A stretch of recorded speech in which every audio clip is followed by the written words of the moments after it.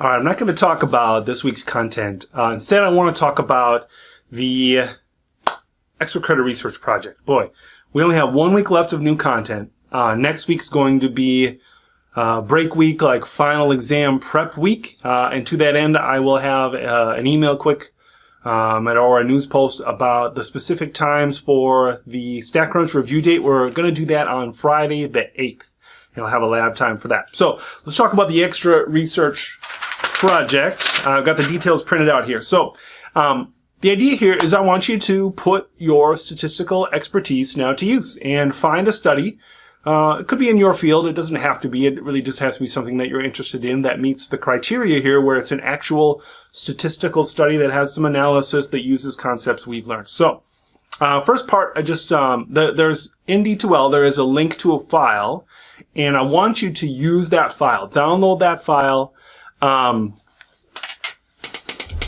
Fill the file out on your computer and then upload it to the Dropbox. If you don't have Word, you should be able to upload that file to Google, edit it in Google, and then export as a Word document.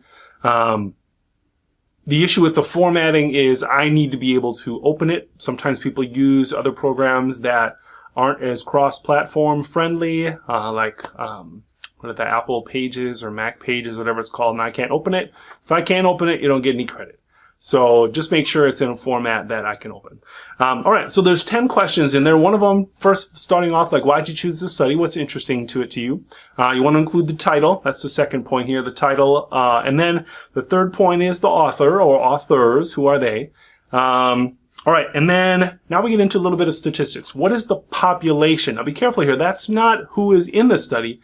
That's what's the broader population that this study really has an impact on. Like what are the big picture? What are the implications for the study? Who would it apply to? All right, now we're going to describe the data. So what is their data source? Did they use an experiment? Were there volunteers? Did they use census data? What is the data? What are the actual individuals that they are looking at? The main question, that's number 6. What are the questions, or what is the question that this study is trying to answer? That will be posed in there somewhere, usually in the introduction, about what this study is trying to answer. Okay, next we have this big discussion early on in the semester about the experiment versus observational study. So which was this? Did they do an experiment, split the people into 2 groups and apply an intervention to one and not the other? Or was this just an observational study where they looked at data that had already been collected? Did they do an intervention? Did they do a treatment on one of the groups? So that's really, really important. All right, number 8, the inferential statistics. So I want you to report at least 2 inferential statistics, which is the hypothesis test or the confidence interval. So report a couple of those that you understand. And so I want you to include enough details that demonstrate you understand exactly what that is talking about. So if it was a hypothesis test, what was the result? What were the conclusions that they had? Why did they make that conclusion? If it's a confidence interval, what was the confidence interval for? What was the confidence interval? What was the margin of error? This is going to probably be the hardest part, where you really have to demonstrate that you understand what those inferential statistics are. All right, then the main conclusions. Usually could be in the abstract at the very beginning, or at the very end there'll be a conclusion section.